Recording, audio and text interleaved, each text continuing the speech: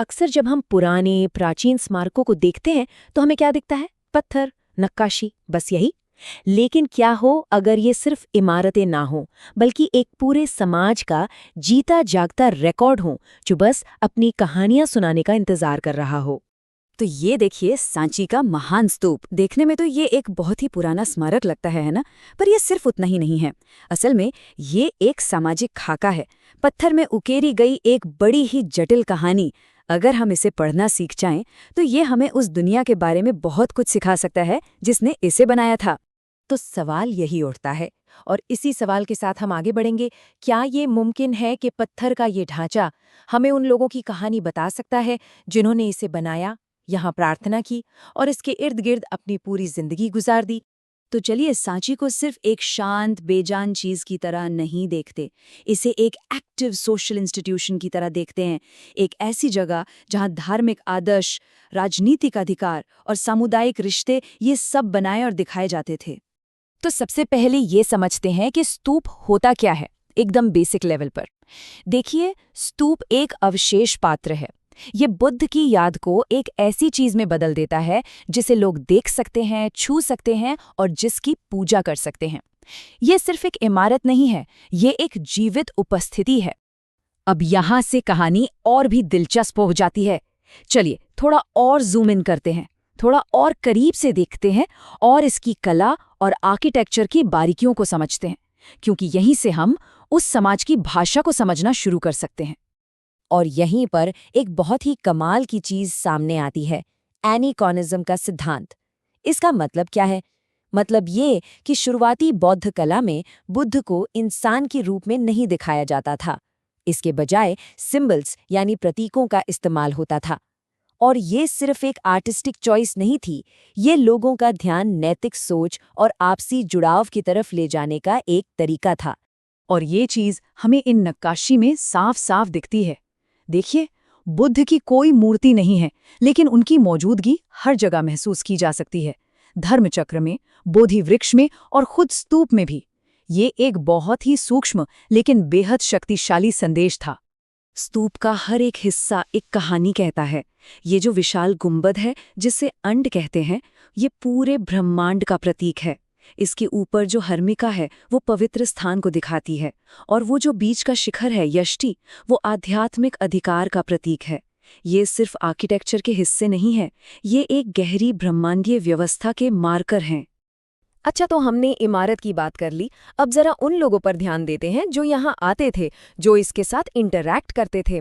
क्योंकि सांची को सिर्फ देखने के लिए नहीं बनाया गया था, इसे अनुभव करने के लिए बनाया गया था। यहाँ का जो सबसे मुख्य अनुष्ठान था वो था प्रदक्षिणा, यानी स्तूप के चारों ओर घूमना, परिक्रमा करना। इसकी वास्तुकला को इस तरह से डिजाइन किया गया था कि लोग चलते हुए इसे अनुभव करें, जिससे एक इंटरैक्टिव धार्मिक माहौल बन गया। ये एक साझा शारीरिक क्रिया थी जो पूरे समुदाय को एक साथ जोड़ती थी। तो सवाल ये है कि इतना बड़ा, इतना शानदार ढांचा बनाया किसने? और इसका जवाब हमें उस समाज के बारे में बहुत कुछ बताता है। इसे सिर्फ राजाओं ने नहीं बनवाया था, दान समाज के हर वर्ग से आया। राजाओं और भिक्षुओं से लेकर व्यापारियों के संघों, कारीगरों और यहाँ तक कि महिला भक्तों तक से। ये इस बात का जबरदस्त सबूत है कि शुरुआती बौद्ध धर्म का सामाजिक आधार कितना व्यापक था। लेकिन यहाँ एक दिलचस्प विरोधाभास है। जहाँ एक तरफ पूजा पाठ सबके लिए खुला था, वहीं दूसरी तरफ सामाजिक भेदभाव गायब नहीं हुआ था। दान और शिलालेखों के जरिए लोग अपना सामाजिक रुतबा दिखाते थे। तो ये एक ही समय में समावेशिता और असमानता दोनों का स्थान था। चलिए अब थोड़ा जूम आउट करते हैं, एक बड़ा कदम पीछे लेते हैं और देखते हैं कि सांची एक बड़ी कहानी में, एक बड़े ऐतिहासिक टाइमलाइन में कहाँ फिट होता है। ये कहानी एक मामूली सी झोपड़ी से शुरू होती है और एक अंतर्राष्ट्रीय विश्वविद्यालय पर जाके खत्म होती है। जरा इन दो तस्वीरों के बीच का फर्क देखिए। एक तरफ एक भिक्षु के लिए बनी एक साधारण अस्थायी झोपड़ी, दूसरी तरफ एक विशाल स्थायी मठ। ये सिर्फ वास्तुकला में बदलाव नहीं है, ये सोच, संगठन और महत्वाकांक्षा में आई एक क्रांति को दिखाता है। ये पूरा विकास 3 स्टेज में हुआ। शुरुआत हुई आवास से, जो भिक्षुओं के लिए बस अस्थायी ठिकाने थे। फिर आए आराम, जो अमीर संरक्षकों द्वारा दान किए गए स्थायी बाग थे, और आखिर में बने महाविहार या महान मठ, जो सीखने के बड़े बड़े केंद्र बन गए। और जब हम सांची के प्लान को उसकी असल तस्वीर के साथ रखकर देखते हैं तो एक बात साफ हो जाती है, ये एक ही बार में नहीं बनाया गया था। ये तो सदियों में धीरे धीरे विकसित हुआ, जिसमें समय के साथ नई नई इमारतें जुड़ती गईं जो एक बदलते और बढ़ते हुए समुदाय को दर्शाती हैं। और इस पूरे आर्किटेक्चरल सफर का शिखर था नालंदा। ये दुनिया का पहला आवासीय अंतर्राष्ट्रीय विश्वविद्यालय था। जरा इसके स्केल का अंदाजा लगाइए। 9 मंजिला लाइब्रेरी, 10,000 छात्र और 2,000 प्रोफेसर। एक अस्थायी झोपड़ी से शुरू हुआ यह सफर वाकई एक बहुत लंबा सफर था। तो इन पुराने पत्थरों से आज हम क्या सीख सकते हैं? ये आखिरी हिस्सा इसी सवाल का जवाब देता है और अतीत के सबक को हमारे आज से जोड़ता है।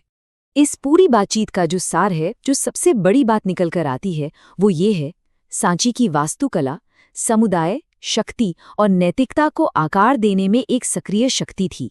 ये सिर्फ समाज को दर्शा नहीं रही थी, ये समाज का निर्माण कर रही थी। और ये हमें एक आखिरी बहुत बड़े सवाल पर लाकर छोड़ देता है। अगर सांची जैसे प्राचीन स्मारक अपने समाज के मूल्यों और विश्वासों का एक नक्शा हैं, तो हमारी अपनी पब्लिक इमारतें, हमारे संग्रहालय, हमारी सरकारी बिल्डिंग्स, हमारे स्मारक, वो हमारे बारे में क्या कहानी सुनाते हैं? तंजावुर का बृहदीश्वर मंदिर 1000 साल से भी ज्यादा पुराना ग्रेनाइट से बना एक ऐसा अजूबा जो आज भी लोगों को हैरान कर देता है। लेकिन क्या हो अगर ये सिर्फ एक मंदिर ना हो? क्या हो अगर इसकी असली कहानी, इसका असली मकसद इसकी पत्थर की दीवारों में कहीं छिपा हो? हाँ, बिल्कुल सही सुना। एक लाइब्रेरी, एक ऐसी विशाल लाइब्रेरी जहां इतिहास को स्याही और कागज से नहीं बल्कि छेनी और पेंट ब्रश से लिखा गया था। तो आखिर इस इतने बड़े और अनोखे सपने के पीछे कौन था?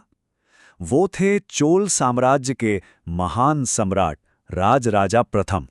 हम बात कर रहे हैं उस दौर की जब मध्यकालीन चोल साम्राज्य अपने शिखर पर था।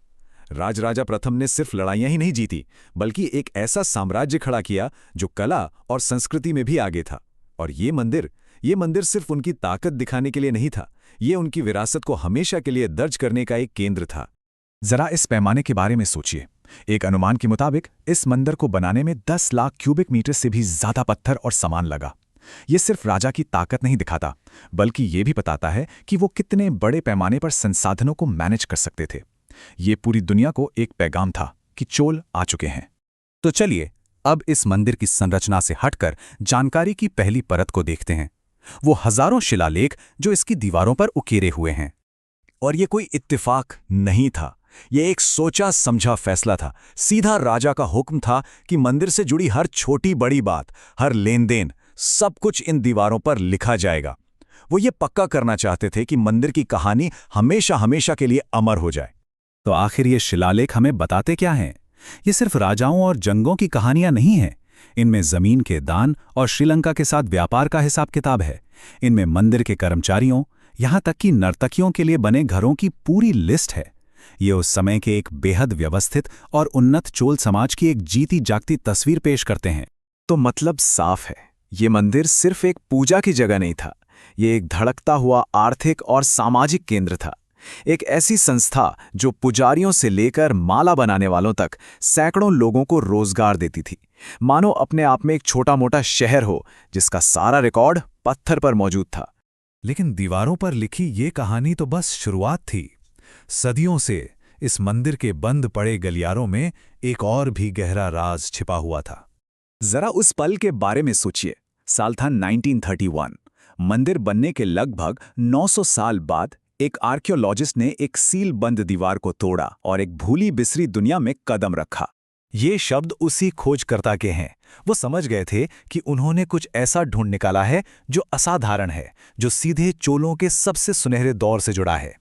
और सबसे हैरान करने वाली बात यह थी कि ये खजाना सबकी नजरों के ठीक सामने छिपा था। बाद में आए एक राजवंश ने उन पुरानी पेंटिंग्स के ऊपर ही अपनी नई पेंटिंग्स बना दी थीं और चोलों की दुनिया को मानो वक्त की परतों के नीचे दफन कर दिया था।